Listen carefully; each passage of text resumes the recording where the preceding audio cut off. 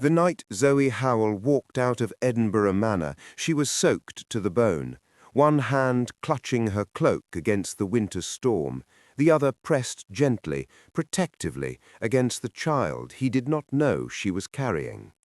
Inside, the chandeliers blazed gold. Duke Harvey Oliver was laughing, raising his glass to Ella Turnbull in the ballroom, the woman he had chosen over his own wife, in his own house, at his own solstice ball. Zoe had stood at that window for exactly 4 seconds, not to cry, not to beg. She had already done those things in empty rooms where nobody came. Tonight, she was counting the cost of staying. What nobody in that ballroom understood, what Harvey himself had never bothered to examine too closely, was that every military victory bearing his name, every treaty, every war council decision that made him the most feared duke in the realm, Zoe had written all of it. From a locked room nobody visited, with ink-stained fingers nobody noticed, while he slept and she worked, and the candles burned to nothing. And tonight, tucked beneath that cloak, against her heart, was the master cipher book, the one document that proved everything, the one key that made Harvey's entire military correspondence readable, or, without her, utterly meaningless. If Harvey woke tomorrow expecting to find her still at her desk, still useful, still silent, he was about to learn something that no cipher in his collection could decode for him. Some women, once cornered, stopped disappearing into the wallpaper. Some wives, once pushed to the edge of an asylum's locked door, stopped protecting the man holding the key. Zoe Howell was not running from Edinburgh anymore. She was running towards something Harvey Oliver would never see coming. Stay with me. The clock on the mantelpiece had just passed 2 in the morning when Zoe lit the 3rd candle. She did not need much light. She never did. After 5 years of working in the margins of Harvey Oliver's life, she had learned to see clearly in the dark. The hidden room was not hidden in any dramatic sense, no revolving bookcase, no stone passage behind a tapestry. It was simply a room nobody ever thought to enter. A former records office, a far end of the East Corridor, cold in every season, furnished with a desk that had belonged to Harvey's grandfather, and a chair Zoe had reupholstered herself because nobody else would. The servants called it the archive room. Harvey called it nothing because Harvey had not thought about it once in 5 years. That indifference was the only protection Zoe had ever needed. She settled into her chair, pulled the oil lamp closer, and opened the dispatch. It had arrived that evening via the Northern Courier, a rolled document sealed with the Aldenmore Regiment's black wax, stamped urgent, passed hand to hand through 3 checkpoints before landing on Harvey's desk. Harvey had glanced at it over dinner, declared it the usual drivel from Marsh, and pushed it aside in favor of a second glass of port and Ella Turnbull's laugh from across the table. Zoe had collected it from his desk at midnight, as she always did. She smoothed the paper flat with her palm and read. The Wilkinson cipher, the encoding system Harvey's regiment had used for the past 3 years, was not particularly elegant. It operated on a rotating substitution grid keyed to the day of the month, with a secondary transposition layer applied to every 5th word. Most of Harvey's officers considered it unbreakable. Zoe had broken it in an afternoon during the 2nd year of their marriage, on a day Harvey had forgotten to come home for supper, and she had simply needed something to occupy her hands. She worked now with a familiar, almost meditative efficiency. Her quill moved in short strokes across her translation sheet, pulling meaning from the scrambled columns of letters the way a woman might unpick a stubborn seam, patient, precise, unhurried. What emerged made her stop. She read it twice, then a 3rd time. General Marsh was reporting a critical vulnerability in the Aldenmore Pass. The eastern garrison had been understaffed for 6 weeks due to a supply chain failure that Harvey's own quartermaster had caused and then concealed. If Ashern's forces, who had been probing the northern border since autumn, moved within the next fortnight, the pass would fall. Marsh was requesting immediate reinforcement orders and a redeployment of the Cold Fen cavalry. He needed an answer by morning, or he would be forced to retreat and cede the high ground entirely. Zoe set down her quill. She thought about walking the dispatch down the corridor and placing it on Harvey's pillow. She thought about knocking on Ella's door, where Harvey would almost certainly be found, and sliding it beneath the frame. She thought about what Harvey would do with the information, even if she did wake him.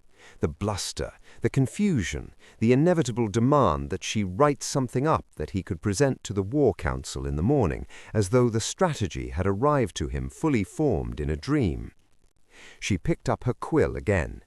By 2:45, she had drafted the full reinforcement order, a precise redeployment directive that repositioned the Cold Fen cavalry to the eastern ridge by Thursday, rerouted the supply chain through the Velen Road to bypass the compromised quartermaster, and included a secondary contingency should Ashern advance before the cavalry arrived. She had written these kinds of documents so many times that her hand barely paused. The logic of it was clean and almost beautiful, a small, elegant architecture of decisions, each one dependent on the last. She signed it with Harvey's name. She always signed them with Harvey's name. She folded the reinforcement order, sealed it with the Duke's red wax, she kept a stick of it in the left drawer behind the spare nibs, and set it on the corner of the desk where she would collect it before dawn and place it on Harvey's outgoing correspondence tray. His secretary would dispatch it by 6. By Thursday, the Cold Fen cavalry would be moving. The Aldenmore Pass would hold. Harvey Oliver would receive commendations from the War Council by the end of the month. He would accept them with a modest nod and that particular smile of his, the one that suggested competence was simply his natural condition, like height or good bone structure. Zoe extinguished the second candle, leaving only the lamp. She looked at her hands. The ink stain on her right index finger never fully faded anymore.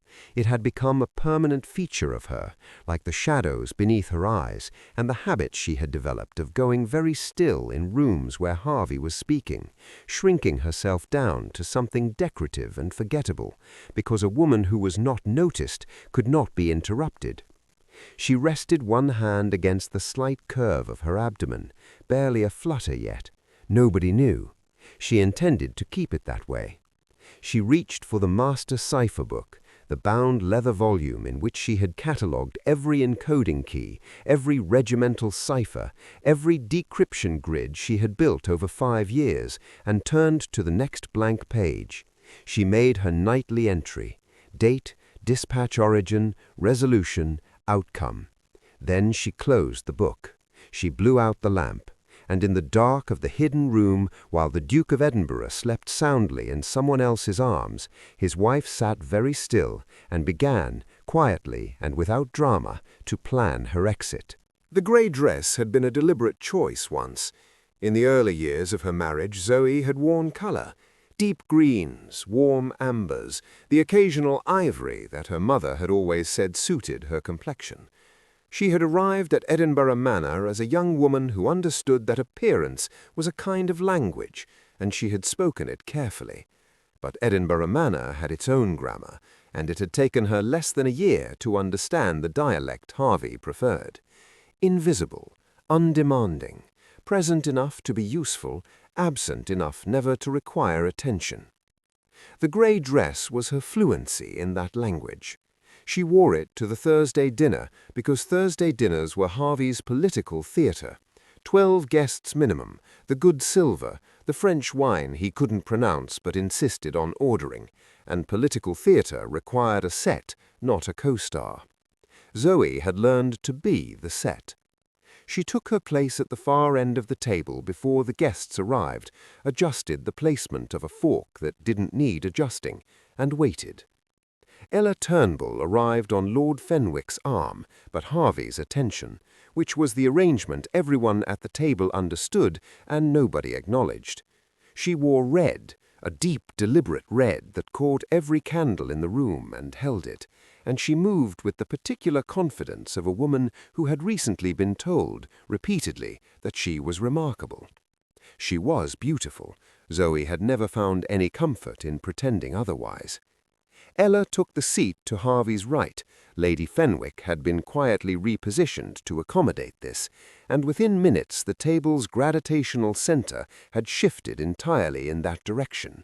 Harvey yeaned. He laughed. He refilled her glass before the footman could reach it, a small performance of attentiveness that he had not extended to Zoe in approximately 3 years. Zoe ate her soup. It was good soup. She had approved the menu herself. The War Council news arrived with the fish course, as it often did when Harvey had something he wished to display. Lord Pemberton, seated third on the left, raised his glass and announced that the Aldenmore Pass had been secured. The Cold Fen Cavalry's redeployment had been executed with, in his words, uncommon strategic precision, and that Edinburgh's standing at the council had never been higher. The table applauded lightly, the way polished people applaud, fingertips only, a sound like distant rain. Harvey received it with his smile, that particular smile.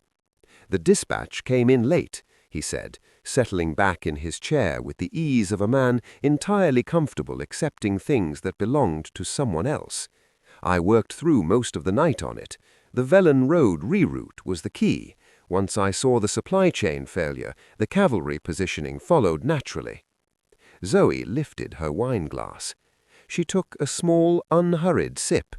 Across the table, she was aware of Ella watching her with the faint, curious attention of someone checking a mirror for cracks.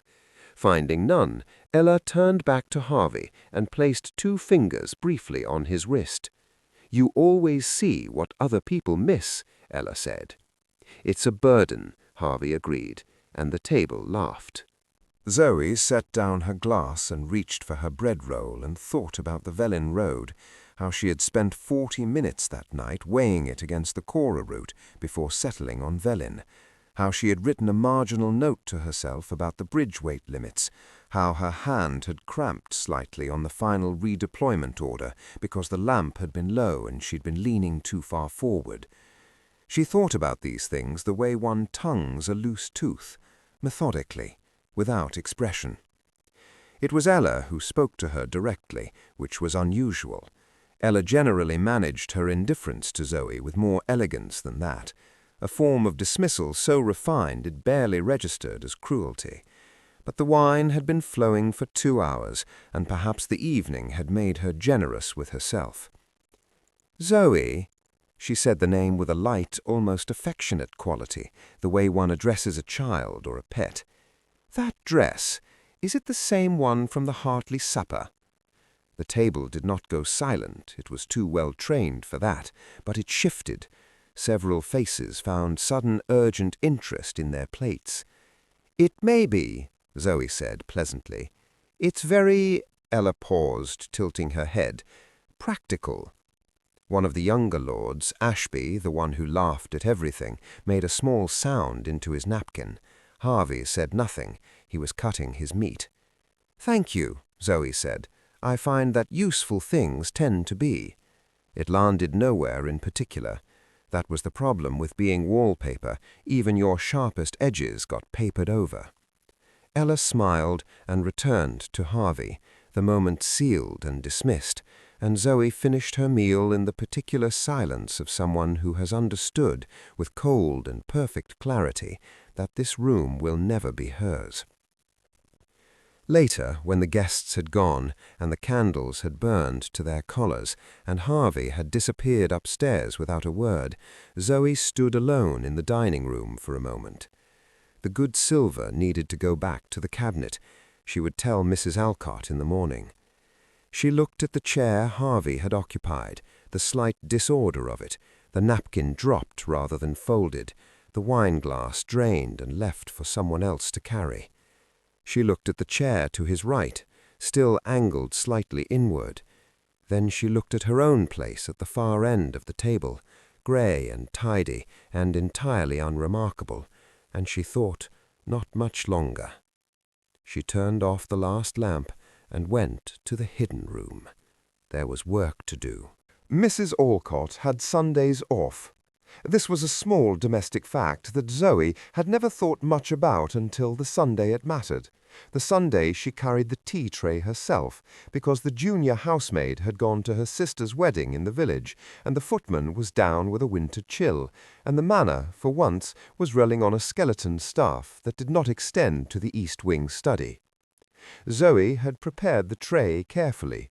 She had done it the way she did most things, without fuss, without ceremony, with the quiet competence of a woman who had long ago stopped waiting for someone else to manage the small details. Earl Grey, steeped 4 minutes. 2 cups, because Harvey rarely drank alone in the evenings, and she had heard Ella's carriage on the gravel an hour ago. The good shortbread from the tin in the upper pantry. A small pot of the bergamot cream Harvey liked and never remembered to ask for by name, but always noticed when it was absent. She carried the tray down the east corridor with both hands, her slippered feet silent on the runner, the manner settling around her in its familiar night-time language of contracting wood and distant wind. The study door was not fully closed. She was 3 steps away when she heard Harvey laugh, a specific laugh, low and unbothered, the laugh of a man discussing something that caused him no anxiety whatsoever. She stopped, not from instinct, not from premonition, simply because the tray was slightly heavier than she'd expected, and she shifted her grip, and in that half-second pause the words reached her clearly through the 2-inch gap in the door. Whitmore House is discreet. That's the point of it. Pemberton used it for his sister-in-law 2 winters ago, some business about her making claims on the estate. The physician is entirely cooperative. It only requires a signed assessment and a period of observed instability. Zoe stood very still. Observed instability, Ella repeated. There was a soft sound, the setting down of a glass, perhaps, or the rustling of silk as she shifted in her chair. And you can arrange that. It arranges itself, Harvey said. She barely sleeps. She wanders the corridors at odd hours. Half the staff have seen it. With the right framing, he paused. Dr. Fenwick owes me a considerable favor. How long would it take? A month, perhaps. 6 weeks at the outside. The assessment, the paperwork, the transfer. Another pause. She wouldn't contest it. That's the thing about Zoe. She endures things. It's practically her defining characteristic. Ella made a small sound that might have been agreement or amusement or both. And afterwards, she asked. Afterwards, Edinburgh Manor requires a duchess who is actually present. Zoe did not move for a long time.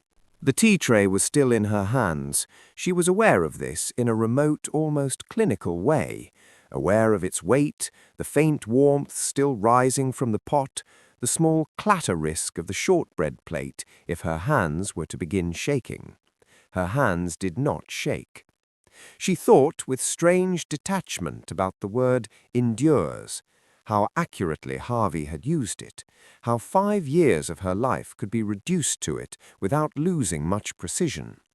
She had endured the dinner parties and the grey dresses and the ink-stained fingers and the unsigned work and the loneliness that had a very specific texture, not the loneliness of being alone, but the loneliness of being surrounded by people who had agreed, collectively and without discussion, to look slightly past you. She had endured Ella Turnbull's red dresses and fingertips on Harvey's wrist and the particular way the table laughed. She had endured all of it on the quiet assumption that endurance had a logic to it, that being necessary was its own form of protection, that a man did not discard the mechanism that kept his entire operation functioning. She understood now that she had miscalculated. He did not intend to discard her. He intended to store her. She carried the tray back to the kitchen. She set it down on the preparation table with the same care she had carried it. No clatter, no spilled tea, the shortbread plate perfectly undisturbed. She stood in the cold kitchen for a moment, with her hands resting flat on the wooden surface, and she breathed, steadily and slowly, through something that was not quite grief, because it was moving too fast to be grief. Grief was slow. Grief was soft at the edges. What moved through Zoe in that kitchen was sharp and structural, like a wall coming down, not collapsing, but dismantled stone by deliberate stone, and in the space where it had stood, something else was already forming. Clarity, it turned out, had a very specific feeling. It felt like the moment a cipher resolved, that click of pattern into meaning, the way scrambled letters became a sentence, and the sentence became a fact, and the fact became something you could act on. It felt like the last stage of a problem she had been working on without knowing the question. The question, she now understood, had never been, how do I make this marriage bearable? The question was, how do I leave and take everything that matters with me? She went to the hidden room. She did not light the lamp immediately. She sat in the dark for exactly as long as she needed to, which was not very long at all. Then she lit the candle, opened the master cipher book to a fresh page, and at the top of it, in her small and careful hand, she wrote 2 words, "Exit strategy." She underlined them once, and then, with the focused stillness of a woman who had just decided to stop enduring and start architecting, she began to write. She had 11 minutes. She knew this because she had spent 3 weeks creating them. The Solstice Ball was Harvey's grandest annual performance. 200 guests, the full orchestra from Vellum, the imported candles from the southern provinces that burned with that particular amber light he liked because it made everything look expensive. It had taken Zoe 4 years to understand that Harvey did not host the Solstice Ball out of generosity or tradition. He hosted it because a room full of witnesses was the best mirror a vain man could own. This year, she had helped plan every detail. The seating arrangement that placed Lord Pemberton beside General Marsh, a combination guaranteed to produce a lengthy and mutually gratifying conversation about the Oldenmore campaign and Harvey's supposed genius. The menu that featured the lamb course Harvey always lingered over. The orchestra's 3rd set, which she had personally requested open with the Vellum Waltz, Harvey's favorite, the one that reliably pulled him onto the floor for no fewer than 3 consecutive dances. 3 dances, 11 minutes conservatively. She had been conservative. At 9:47, Harvey led Ella Turnbull onto the ballroom floor to the opening notes of the waltz, and Zoe set down her champagne glass on the nearest tray and walked, not quickly, not slowly, with the unhurried movement of a woman going nowhere in particular, toward the east corridor. She was in grey. She was always in grey. Nobody watched her leave. Harvey's study was unlocked, which she had anticipated. He never locked it during the ball, too many guests requiring impromptu tours of his military commendations, too many opportunities to gesture at the framed dispatches on the wall and accept admiration in a setting that felt spontaneous rather than staged. The room was empty and dark, except for the moonlight coming through the tall window, and Zoe moved through it without lighting a candle. She knew this room better than Harvey did. The portrait hung on the north wall, a severe rendering of Harvey's grandfather in his military dress, staring down at the desk with an expression of permanent disappointment that Zoe had always found quietly satisfying. She lifted it from its hook with both hands and set it against the baseboard, face inward. The safe was a Denmore model, cast iron, combination lock. Harvey had been proud of it when it arrived, had explained its mechanism to her with the enthusiasm of a man who had never considered that the person he was explaining it to might one day use the information independently. He had even demonstrated the combination, twice. She worked by touch and moonlight. Left 14, right 7, left 23. The mechanism released with a sound like a held breath. Inside, the expected architecture of a powerful man's private anxieties. 3 stacks of correspondence she did not touch. A velvet pouch of coins she did not touch. The deeds to 2 properties she had known about and one she had not, which she noted with the detached interest of a bookkeeper finding a rounding error. And there, beneath the deeds, wrapped in its familiar brown oilcloth, the master cipher book. She lifted it out and replaced it in one continuous motion with the dummy volume she had prepared over the previous fortnight. It was a convincing replica, same dimensions, same oilcloth wrapping, same slight wear at the spine that she had produced by running it along the edge of the hidden room's desk for 20 minutes one evening, while a dispatch decoded itself beside her. She had even weighted it identically, with a thin sheet of lead cut to size and fitted inside the back cover. The only difference was the contents. She had replaced every page of cipher grids and regimental keys with blank paper, cream, unlined, the same stock she used in the hidden room. Every page blank except the first. On the first page, in her small and careful hand, she had written 3 words, "I quit, Z." She almost smiled. She closed the oilcloth around the real cipher book, secured it beneath her arm, inside the inner pocket she had added to her gown 3 weeks ago, gray wool, deep enough, reinforced with a strip of canvas along the seam, and closed the safe. Left, right, left. The lock re-engaged.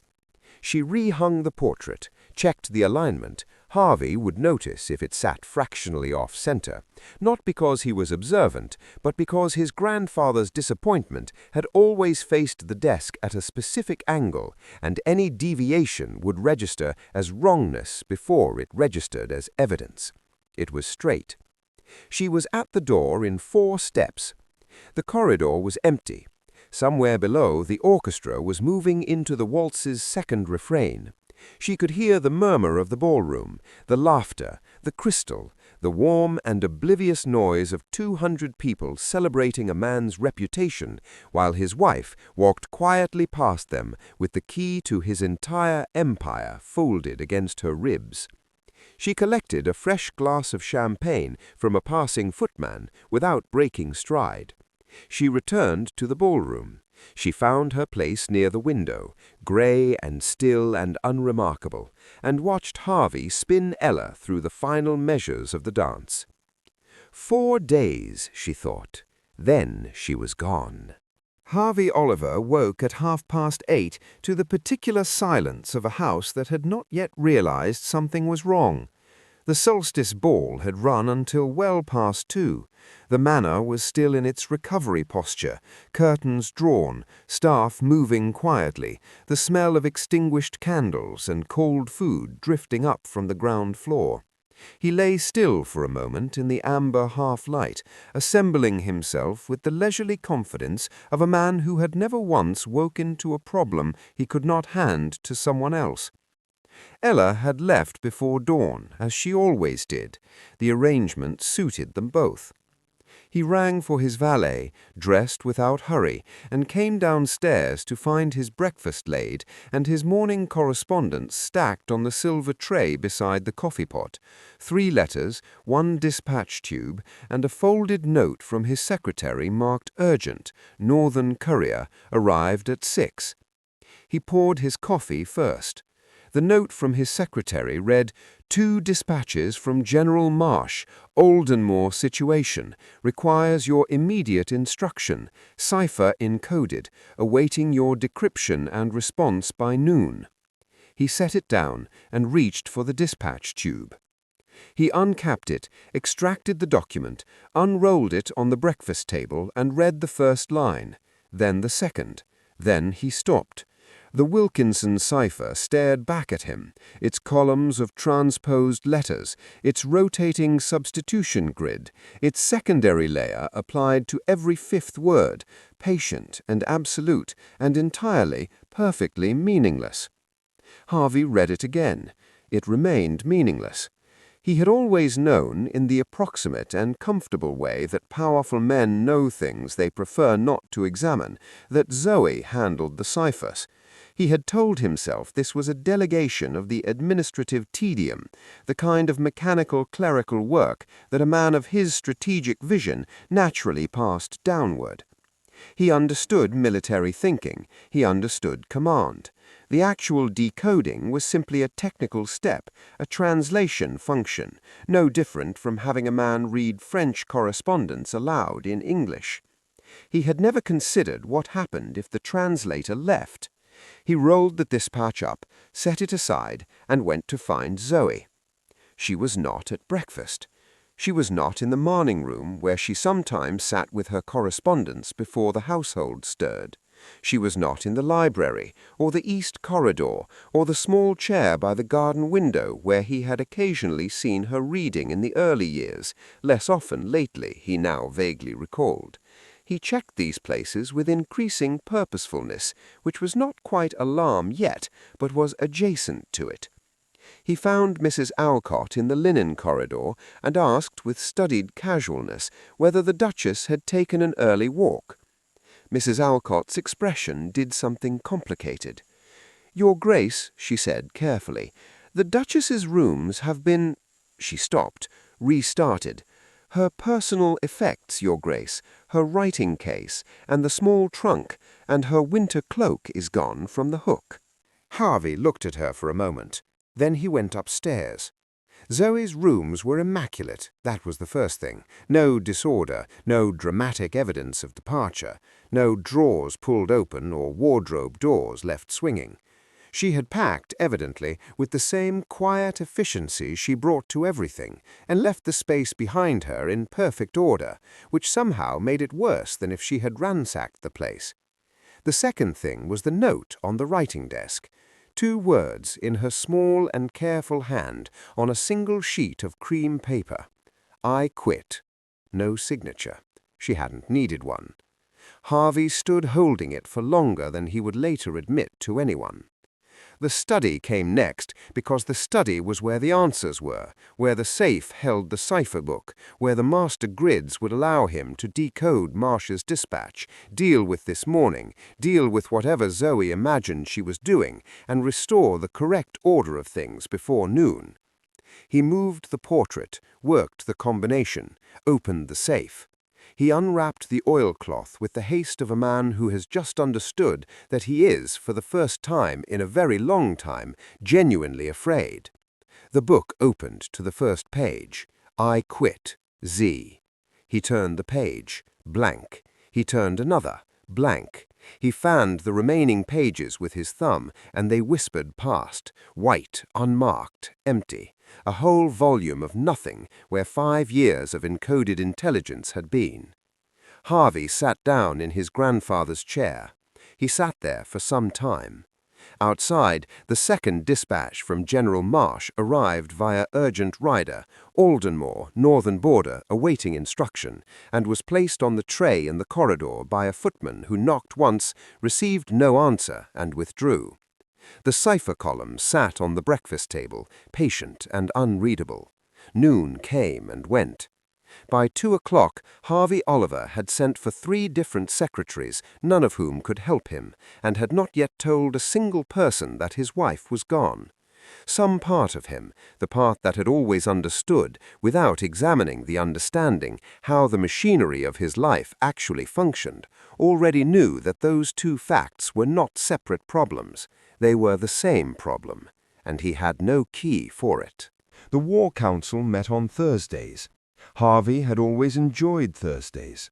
He arrived at the council chamber on the first Thursday after Zoe's departure with his uniform pressed and his posture immaculate, and a file of correspondence under his arm that he had not been able to decode and had therefore not read.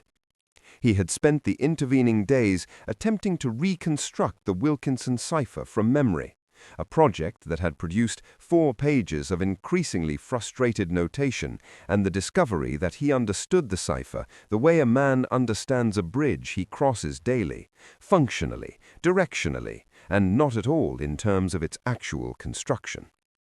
He took his seat at the long table between Lord Pemberton and General Ashby and arranged his file with the ease of a man who had done this many times, which he had. The difference was that every previous time he had arrived knowing what was in it. General Marsh opened with Eldenmore. The situation had deteriorated in the 4 days since his last dispatch, the one Harvey had not decoded, the one that had sat in the corridor outside the study while Harvey stared at Zoe's empty rooms. Ashern's forward units had moved twice in 72 hours, probing the eastern ridge with the systematic patience of a force that had stopped expecting resistance. The Cold Fen cavalry, without updated redeployment orders, had remained in their winter position.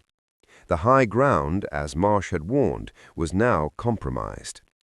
"We need the revised position orders, Oliver," General Marsh said, looking down the table with the flat expectation of a man accustomed to receiving answers. "Your office confirmed the Velin Road strategy 3 weeks ago. What is the current instruction?" Harvey opened his file. He looked at the first document. The cipher columns looked back. "The situation has developed," Harvey said, which was something he had heard Zoe write in correspondence when a position required careful reframing. "I want to revisit the Cold Fen positioning before committing to a revised order." Marsh's expression shifted fractionally. "Revisited how? We established the Eastern Ridge rationale in the last session." "The ridge, yes," Harvey nodded.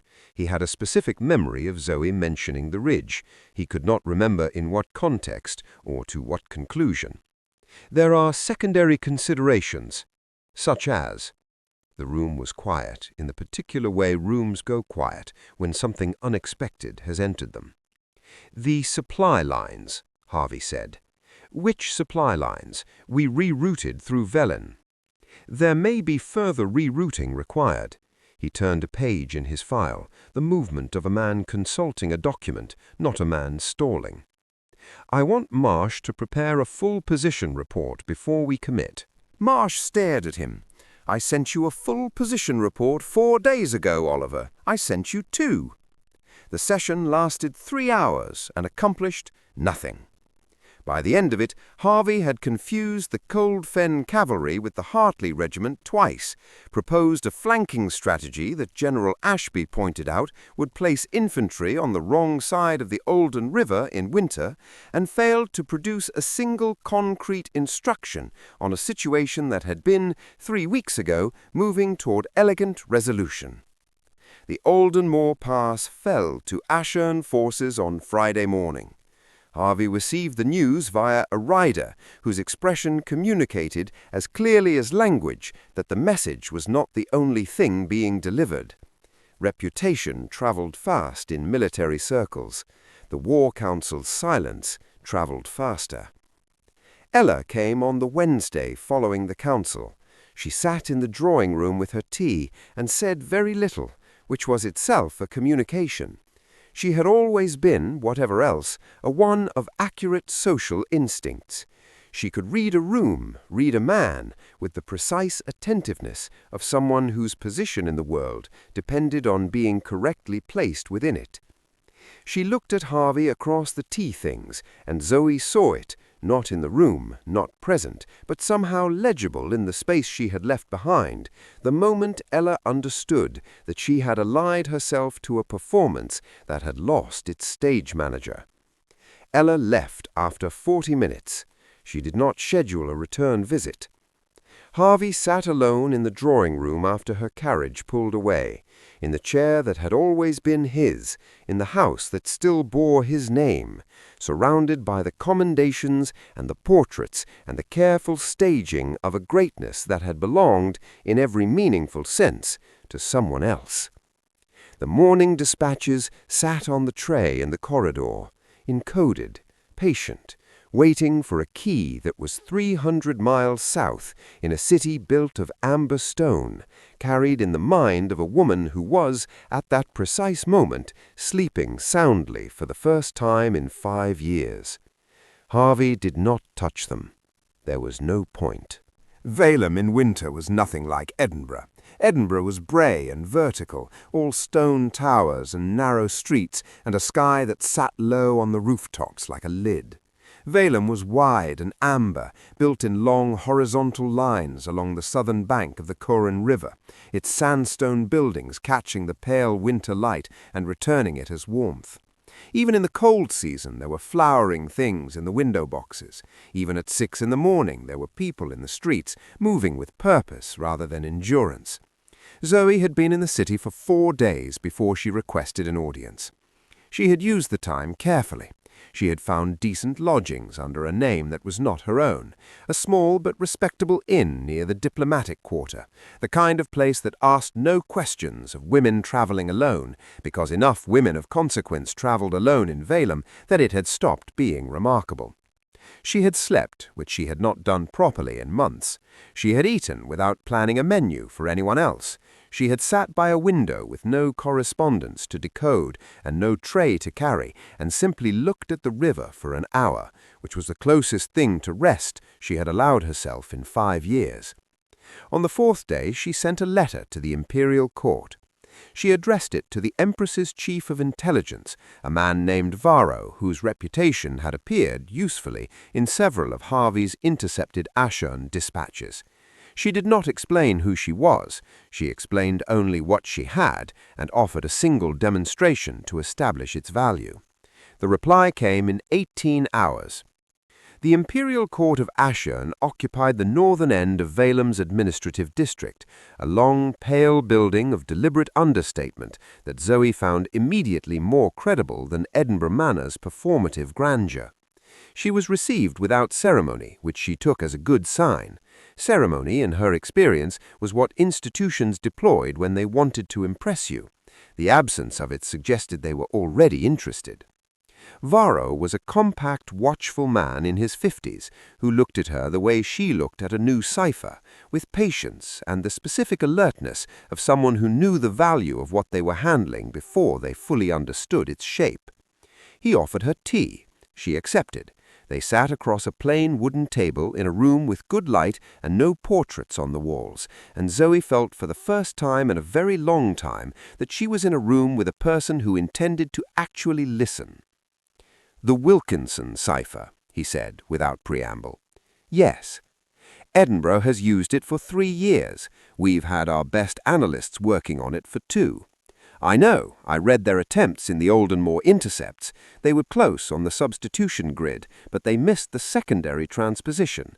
It's applied to every 5th word, not every 5th line, a small difference with significant consequences." Varro was quiet for a moment. "Demonstrate," he said. She had brought a sample, one of Harvey's encoded dispatches she had retained from the hidden room, chosen because it post-dated Ashern's most recent intercept and would therefore contain verifiable information their analysts could confirm.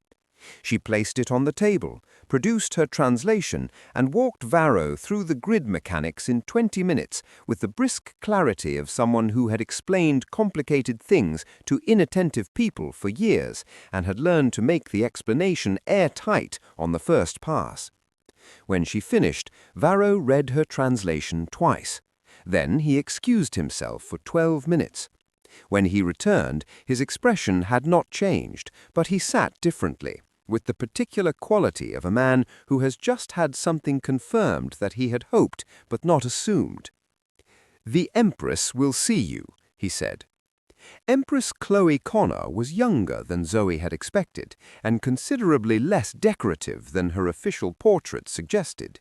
She was perhaps 35, dark-haired, dressed in the Ashern administrative style, practical, well-cut, unornamented, and she received Zoe in a working office rather than a throne room, which told Zoe most of what she needed to know about her. She did not offer pleasantries. She looked at Zoe across the desk with direct, measuring attention and said, "You are the woman who actually won the Aldenmore campaign."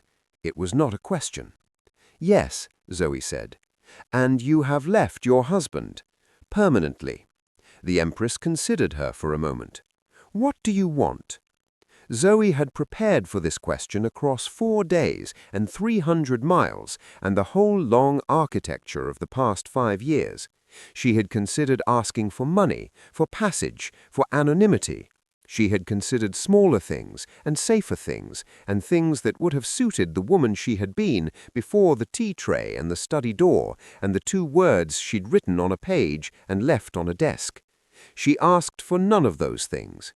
Protection, diplomatic standing, and work that carries my own name. The Empress was quiet for a long moment. Then she said, "The cipher book." Zoe placed it on the desk.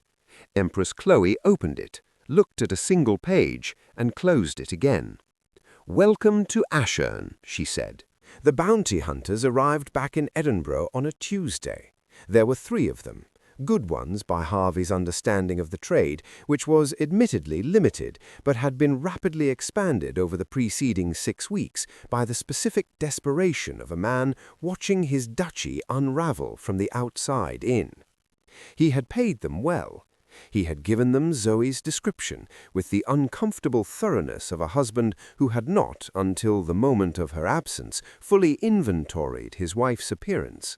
Brown hair, medium height, quiet, ink stain on the right index finger, possibly pregnant, his physician had suggested with professional delicacy based on certain observations from her last examination.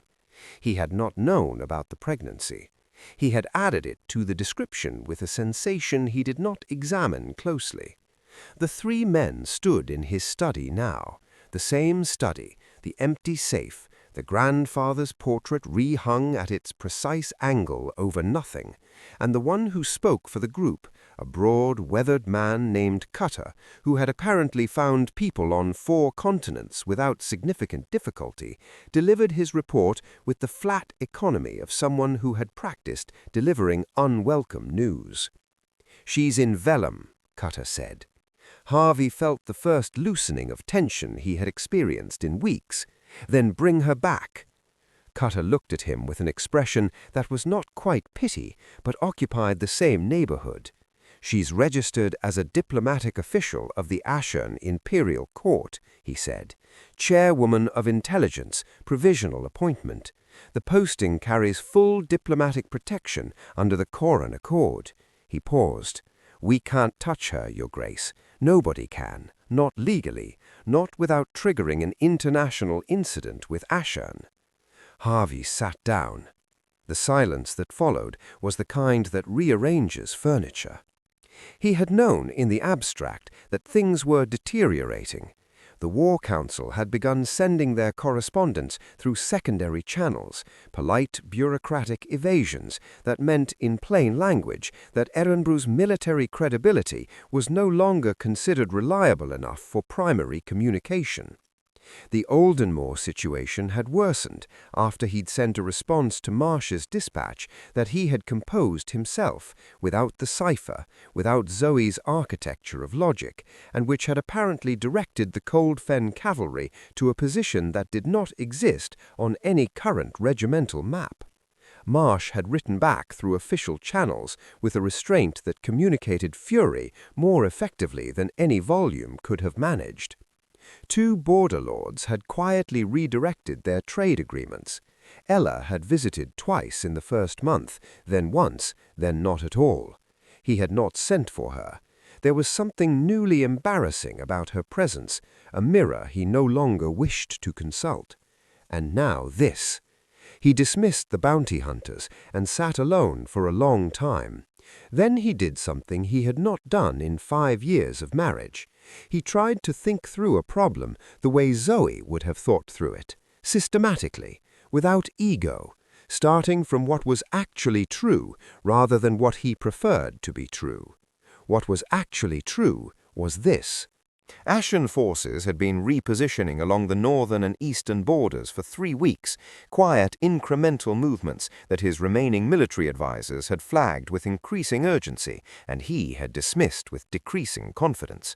They were not advancing, they were simply present, the way a hand placed flat on a table is present, not striking, not threatening in any actionable sense, but communicating with absolute clarity that the option existed.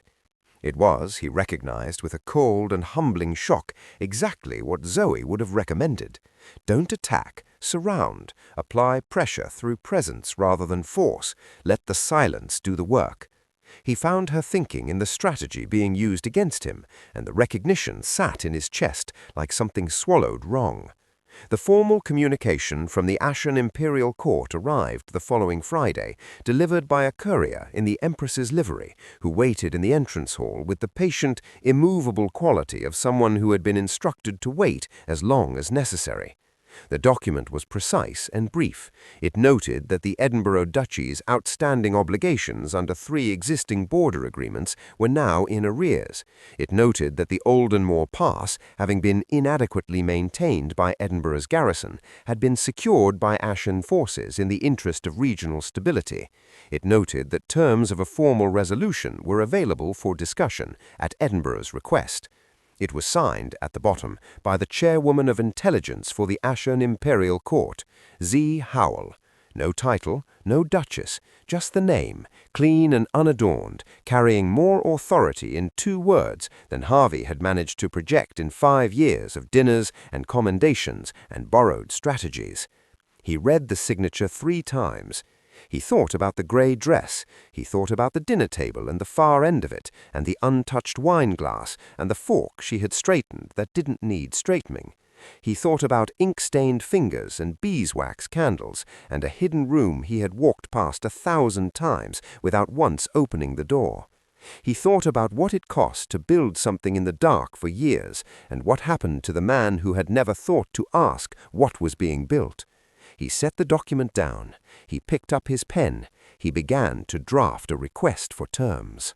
The negotiation tent was erected on neutral ground, a flat, frost-hardened field 3 miles south of the Oldenmoor Pass, equidistant between Edinburgh's remaining garrison and the Ashern forward position. It was a practical choice, stripped of symbolism by design, which Zoe had recommended precisely because Harvey would have preferred somewhere grander, and she had long ago learned that denying a vain man his staging was its own form of leverage. She arrived before he did. This, too, was intentional. The tent was military plain, a long table, 6 chairs, oil lamps against the winter grey, a brazier in the corner that took the edge off the cold without making anyone comfortable. Zoe's team from the Imperial Court arranged their documents on the left side of the table with quiet efficiency. Varro sat to her right. 2 Ashern military attachés took the far chairs. An imperial notary positioned himself at the table's end with the patient neutrality of a man whose only allegiance was to accuracy. Zoe sat at the center. She wore deep blue, the Ashern diplomatic color, close-fitted wool with the court's small silver insignia at the collar. Her hair was up and pinned with the plain practicality she had always preferred when she was working. There was no ink on her fingers today. She had washed it away that morning with the deliberate attention of someone marking a transition, and found that she did not miss the stain. It had served its purpose. It belonged to another room, another life, a desk that no longer required her. She looked well. She knew this because she had slept consistently for 3 months and eaten properly and worked in conditions where her work returned to her with her name attached, and it turned out that these things, accumulated, had a visible effect. The Empress had remarked on it once, not with sentimentality, but with the observational precision of a woman who noticed everything. "You look like someone who has been returned to herself," she had said. Zoe had kept that sentence. Harvey arrived 12 minutes late, which she had also anticipated. Punctuality had always been a variable he adjusted according to how much authority he wished to project in a given room. She had built the extra time into the schedule without noting the reason. He looked diminished. Not dramatically. He was still physically the same man, still well-dressed, still carrying himself with the residual posture of someone accustomed to deference, but there was a quality of subtraction about him, as though something structural had been quietly removed. His military advisor walked behind him, an older man named Copley, who had the expression of someone navigating a situation well outside his preparation. 2 secretaries followed with document cases. Harvey stopped when he saw her. She had wondered about this moment, had turned it over occasionally in the months of planning and working and sleeping properly, the way you might handle an object of uncertain weight to get a sense of it before you needed to lift it. She had not known what she would feel. What she felt was very little. Not numbness, not suppression, simply the absence of the things she might have expected. The anger had been converted over 5 years and then 3 months of precise and purposeful work into something more useful. The grief had resolved. What remained was a kind of cool, clear attention, the same state she entered when a difficult cipher finally yielded. Not triumph, just the clean, functional satisfaction of a problem correctly solved. She indicated his chair with a brief professional gesture. He sat. The terms took 2 hours to work through, which was efficient for a negotiation of this scope. Copley made 3 attempts to soften specific clauses, each of which Zoe addressed with the patient, irrefutable logic of someone who had written the original agreements and therefore understood precisely which elements were structural and which were decorative. Harvey said very little. He had arrived, she understood, already knowing the shape of the outcome. The silence he maintained throughout was not the silence of a man with dignity. It was the silence of a man who had run out of alternatives and was conserving what remained. The final document covered 4 pages. Border agreements, trade route concessions, garrison withdrawals, a formal acknowledgement of Ashern's administrative oversight of the Oldenmoor Pass. Edinburgh retained its title and its name, which was the negotiated concession Zoe had always intended to grant, not from generosity, but because a completely dismantled Harvey was less useful than a diminished one. A man with nothing left to protect made unpredictable decisions. A man with something small left to lose could be relied upon. She had learned this from his own dispatches. The notary presented the document. Harvey signed it without reading it, which was, she reflected, the most honest thing he had done in their entire acquaintance. She signed below him, Z. Howell, Chairwoman of Intelligence, Imperial Court of Ashern. She had brought him something. A small package wrapped in brown oilcloth, placed on his side of the table as the attachés gathered their documents.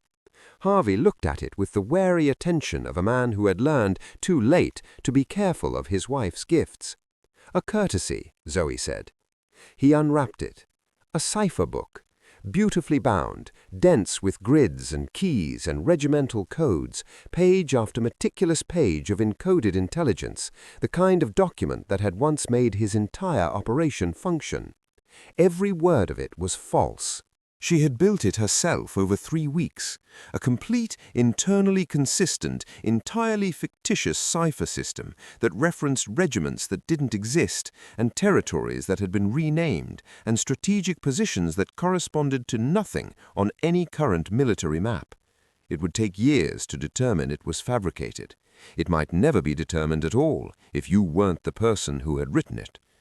Harvey turned several pages with the careful reverence of a man who had once held the real thing and lost it. "Thank you," he said, which were the only words he had directed at her in the entire proceeding. "You're welcome," Zoe said. She stood, gathered her documents, and walked out of the tent into the cold winter air, the same cold she had walked into the night of the solstice ball, soaked and silent, and carrying something more dangerous than a weapon. She did not look back. There was nothing behind her that she still needed. The end. This is what Victorian romance tales was built for. The stories that live beneath the ballrooms and the titles and the borrowed glory. The women who worked by candlelight while the chandeliers blazed for someone else. The reckonings that did not arrive with shouting or scandal, but with a cipher book placed on a table and a signature written in a steady hand. If this story moved something in you, if you have ever been the one in gray at the end of the table, the one whose work wore another person's name, the one who was needed and overlooked in the same breath, then this channel was made for you. Subscribe to Victorian Romance Tales right now. Hit the notification bell so you are present for every chapter, every escape, every moment a quiet woman decides she is done enduring and begins building instead. Drop a comment below and tell me where you are watching from. And tell me, have you ever had a Zoe moment? The moment the tea tray went back to the kitchen and something cold and clear took the place of everything you had been carrying. Your story belongs in this space, and every single comment is read. Like this video, share it with someone who has been the hidden room in somebody else's house for far too long, someone who needs to be reminded that the invisible ones always know exactly what they are worth. Welcome to Victorian Romance Tales. The quiet ones are just getting started.